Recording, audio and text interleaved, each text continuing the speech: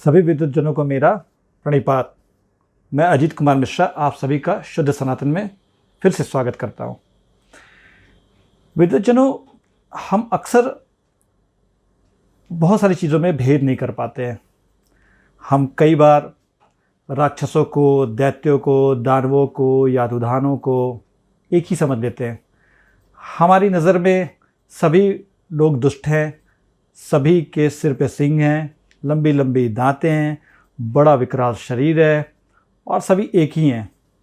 तो क्या राक्षस, दैत्य, दानव, असुर, इन सब में कोई फ़र्क नहीं था? क्या ये सभी एक दूसरे के पर्यायवाची हैं? क्या ये सभी एक ही तरह के लोगों के लिए बोले गए हैं? तो क्या सनातन धर्म में कोई ऐसा भेद नहीं किया गया था? ऐसा नहीं था मित्रों। ये सभी अलग अलग प्रजातियां थीं, इन सब की अलग अलग संस्कृतियां थी। ये सभी लोग दुष्ट नहीं थे, कुछ बहुत महान लोग थे। कुछ लोगों ने बहुत महान नगरों का निर्माण किया, बहुत सारे लोग बहुत बड़े तपस्वी थे। लेकिन फिर भी राक्षस में, दैत्य में, दानव में, इन सब में बहुत अंतर है। आज शुद्ध सनातन में आपको बताने जा रहा हूँ कि देवता कौन है, राक्षस कौन है, दैत्य कौन है, असुर कौन है और गंधर्व कौन है, यक्ष कौन है, और इनके बीच क्या भेद है। लेकिन सबसे पहले मेरा निवेदन ये है कि अगर आप इस वीडियो को देख रहे हैं और आपको ये वीडियो पसंद आ रहा है तो आप इसे ज़रूर लाइक करें। और अगर आप नए हैं और हमारे वीडियोस देखना चाहते हैं, सनातन धर्म के बारे में जानना चाहते हैं, तो आप हमारे चैनल शुद्ध सनातन को सब्सक्राइब भी कर सकते हैं। और अगर आपको हमारे वीडियो के कंटेंट से किसी भी प्रकार की असहमति है तो आप इसे डिसलाइक कर सकते हैं। लेकिन मेरा एक निवेदन होगा कि डिसलाइक करने के बाद आप ज़रूर कमेंट बॉक्स में जाएं और अपनी असहमति को दर्ज कराएं, हमें सुझाव दें ताकि हम और बेहतर कर सके, शास्त्र सम्मत कर सके। हमारा प्रयास यही है कि हम हर एक वीडियो को पूरी तरह से सनातन धर्म के शास्त्रों के अनुसार बताएं, शास्त्रों के अनुसार बनाएं। तो विद्वतजनों में चलिए शुरू करते हैं कि ये दैत्य, दानव, राक्षस, यक्ष, गंधर्व, ये लोग कौन थे। तो हमारे सनातन धर्म में एक बहुत ही खूबसूरत सी कथा आती है। वो ये है कि ब्रह्मा जी ने सृष्टि के निर्माण के लिए अपने कुछ मानस पुत्रों को जन्म दिया। उनमें एक मरीचि ऋषि भी थे। मरीचि ऋषि के पुत्र का नाम कश्यप ऋषि था। ये वही कश्यप ऋषि हैं जिनके नाम पर कश्मीर आज है। कश्यप ऋषि की 13 पत्नियां थीं। सबसे बड़ी का नाम अदिति था, इसका दिति थी, दनु थी, विनिता थी, कद्रु थी, सिंघिका थी और कुछ और पत्नियां थीं। इन सभी ने जिन पुत्रों को जन्म दिया उनके अनुसार, उन माताओं के आधार पे उन प्रजातियों के वंशों का नाम दिया गया। जैसे श्री कश्यप और अदिति से 12 आदित्यों का जन्म हुआ। इन 12 आदित्यों को ही हम देवता कहते हैं। इनमें सबसे प्रमुख इंद्र थे, सबसे बड़े इंद्र थे, जिसमें विवस्वान सूर्य थे, वरुण थे, मित्र थे, धाता, विधाता, अयरमा, और सबसे छोटे का नाम जो था वो थे वामन, जिन्हें हम भगवान विष्णु का अवतार भी कहते हैं। उन्हें हम उपेंद्र भी कहते हैं, इसलिए भगवान श्री हरि विष्णु के लिए कई बार उपेंद्र भी उपाधि इस्तेमाल में लाई जाती है, क्योंकि वो इंद्र से छोटे थे इसलिए वो उपेंद्र कहलाए। ऋषि कश्यप की जो दूसरी पत्नी थी उनका नाम दिति था। दिति के 2 पुत्र थे, एक का नाम हिरण्याक्ष था और दूसरे का नाम हिरण्यकश्यप था। दिति के आधार पे ये लोग दैत्य कहलाए। हिरण्याक्ष का वध भगवान श्री हरि विष्णु ने वाराह अवतार लेकर के किया था और हिरण्यकश्यप का वध भगवान श्री हरि विष्णु ने नरसिंह अवतार लेकर किया था। इसी हिरण्यकश्यप का पुत्र प्रहलाद था, जिसे हम सभी जानते हैं। प्रहलाद का पुत्र विरोचन था, विरोचन का पुत्र बलि थे, दैत्यराज बलि। और इसी तरह दैत्यों की वंश परंपरा चली। ये बहुत ही संपन्न लोग थे, बहुत ही शक्तिशाली थे। देवताओं के साथ उनका विरोध था क्योंकि देवता उनके सौतेले भाई भी थे और देवता उनके मौसी के लड़के भी थे। तो ये एक तरीके से मौसेरे भाइयों बहनों, भाइयों के बीच में या सौतेले भाइयों के बीच का युद्ध था। इसके बाद आती है बारी दानवों की। दानव जो थे वो ऋषि कश्यप की एक पत्नी दनु के पुत्र थे। बहुत सारे महान दानवों का जिक्र आता है, जैसे वृत्रासुर है जिसका वध इंद्र ने किया था, नमूची हैं, व्यापचित्ती हैं, बहुत सारे बड़े बड़े दानव आए। इन लोगों ने भी अपनी संस्कृतियों का निर्माण किया। इनका भी देवताओं के साथ विरोध था, इनकी दैत्यों के साथ भी लड़ाई होती थी, पर मुख्य रूप से देवतागण जो हैं अपनी प्रधानता को स्थापित करने के लिए इनसे लड़ते थे। दानव के बाद जिक्र आता है ऋषि कश्यप की एक और पत्नी का, जिनका नाम है विनिता। विनिता के पुत्र पक्षीराज गरुड़ हैं और उनसे पक्षियों का जन्म हुआ ऐसा माना जाता है। ऋषि कश्यप की एक और पत्नी है जिनका नाम कद्रु था, उनसे नागों का जन्म हुआ और नागों और गरुड़ के बीच में प्रतिस्पर्धा और युद्ध की कथा हर एक पौराणिक ग्रंथ में लगभग दी गई है। तो इस प्रकार दैत्य, दानव और जो देवता थे, ये सभी लोग एक दूसरे के सौतेले भाई थे, एक दूसरे के मौसी के लड़के थे और इनके बीच युद्ध चलता रहता था। इसके बाद एक और फर्क आता है सुर और असुर का।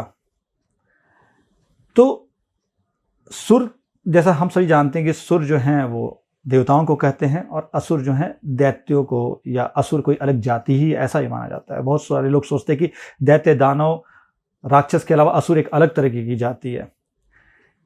तो मैं आपको बताऊं कि जो समुद्र मंथन जब हुआ था तो उस समय दैत्यों ने, दानवों ने देवताओं के साथ मिलकर के समुद्र मंथन किया था। उससे जो अमृत निकला, तो जो उस अमृत का जिसने पान किया, जो सुरा का पान किया, वो लोग सुर कहलाएं।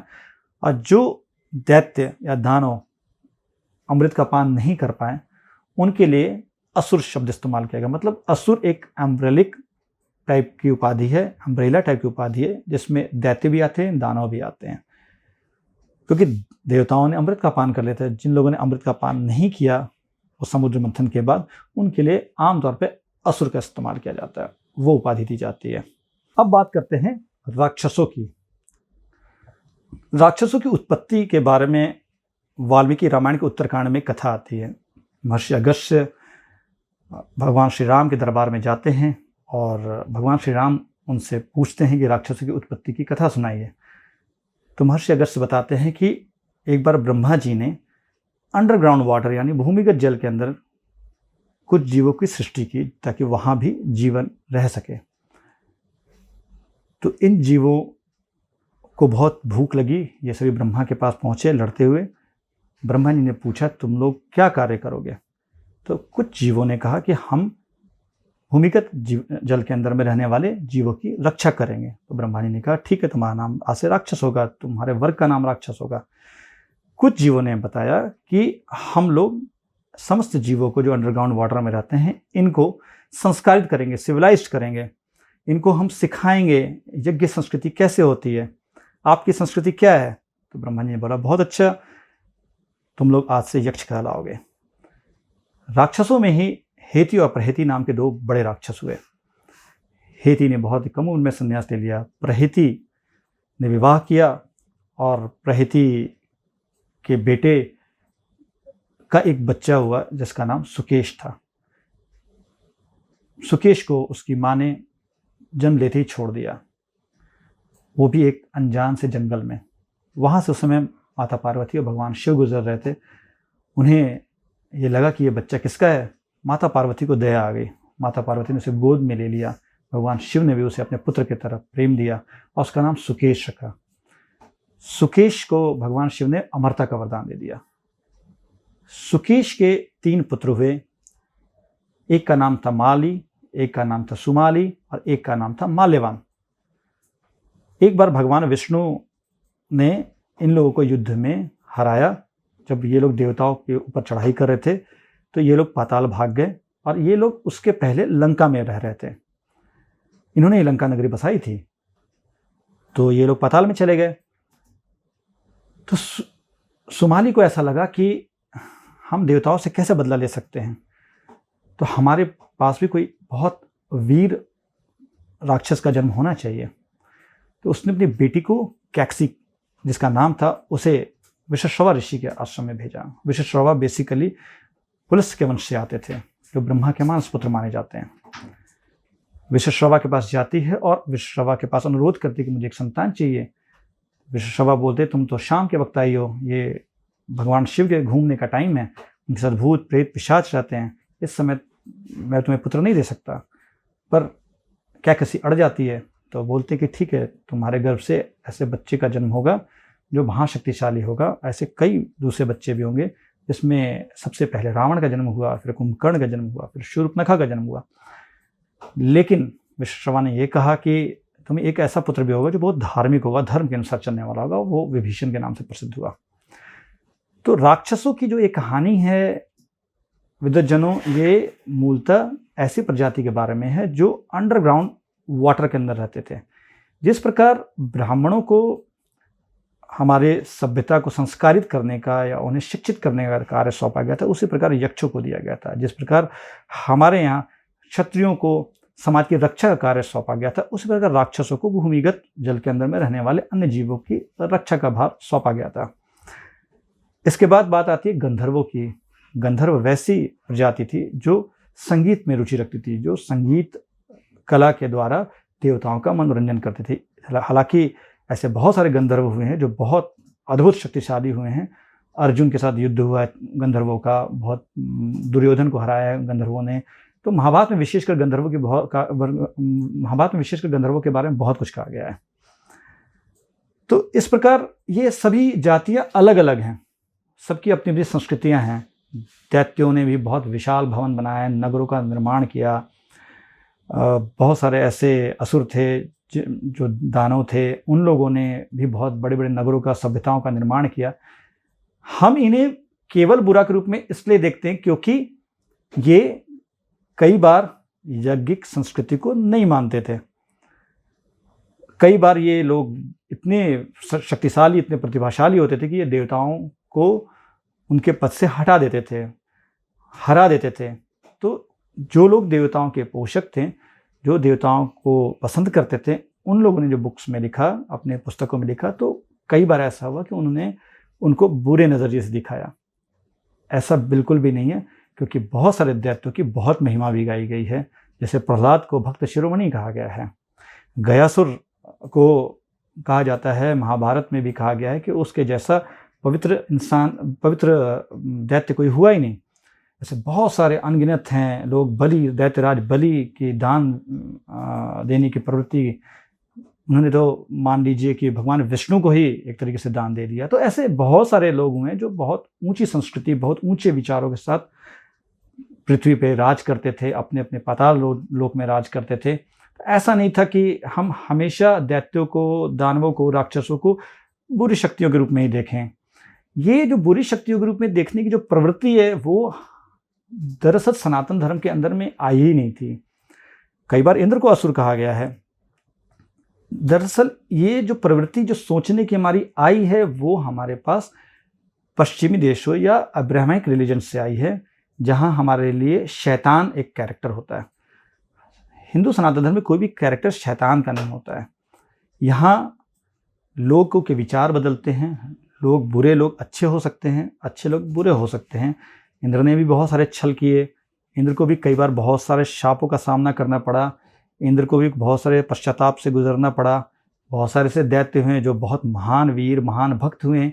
तो कई बार क्या होता है, हमारे सबकॉन्शियस माइंड में ना बहुत सारी चीज़ें डाल दी जाती है। मैं बार बार ये बात कहता हूँ कि जब किसी सभ्यता या संस्कृति को नष्ट करना हो तो आप उसके ग्रंथों के दिए गए शब्दों के मायनों को बदल दीजिए, उसमें अपने विचारों को इंसर्ट कर दीजिए। तो जो ईसाईयत या दूसरे धर्मों के विचार हैं, वो चूँकि उनके पास प्रिंटिंग प्रेस थी, उनके पास वो संसाधन थे, उन्होंने हमारी पुस्तकों का अनुवाद किया, और अनुवाद करने के बाद बहुत ही नेचुरल सी चीज़ है कि वो अपने विचार उसमें इंसर्ट करेंगे, उसमें अपने विचार डालेंगे।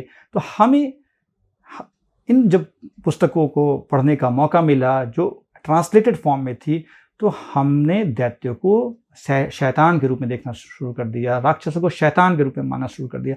ऐसा बिल्कुल भी नहीं है। हमारे यहाँ हमेशा माना गया है कि एक डाकू भी भगवान वाल्मीकि बन सकता है, एक राक्षस भी जो है वो विभीषण बन सकता है और वो भगवान श्री राम की भक्ति के द्वारा उच्च पद को प्राप्त कर सकता है। हमारे यहाँ कहा गया है कि एक वानर भी जो है वो भक्त शिरोमणि बन सकता है। तो हमारे यहाँ किसी प्रकार के शैतान की कोई संकल्पना नहीं है। इसीलिए मैं आपसे निवेदन करता हूँ कि आज से आप इन लोगों को, चाहे दैत्य हो चाहे राक्षस, इन लोगों को एक संस्कृतियों के रूप में देखिए, प्रजातियों के रूप में देखिए, जिनका दैत्यों के साथ का दानवों के साथ, दोनों का देवताओं के साथ संघर्ष चलता रहता था। एक तरह से सांस्कृतिक संघर्ष था ये। इसमें कोई जीतता था, कोई हारता था, लेकिन किसी प्रकार की शैतान की अवधारणा हमारे सनातन धर्म में है ही नहीं। आज के लिए इतना ही विद्वज्जनों। मैं जाते जाते एक और बात बताना चाहता हूँ कि अगर आप हमारे वीडियोस को सुनते हैं और आप और विस्तार से चीज़ों को जानना चाहते हैं, तो मेरा रिक्वेस्ट है आप लोगों से कि आप हमारे वेबसाइट पे भी आ सकते हैं। हमारे वेबसाइट पे बहुत सारी बातें विस्तार से लिखी गई हैं, श्लोकों के अर्थ दिए गए हैं, और हमारा प्रयास यही रहा है कि हम जितनी शुद्धता के साथ, बिना किसी मिलावट के, बिना किसी पश्चिमी अवधारणा के अपने ग्रंथों को सही रूप में प्रस्तुत कर सकें।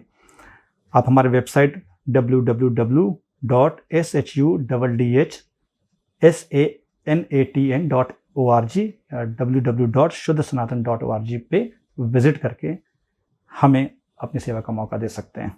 आज के लिए इतना ही मित्रों। आप सभी का बहुत बहुत धन्यवाद। एक बार फिर से आप सभी को प्रणिपात।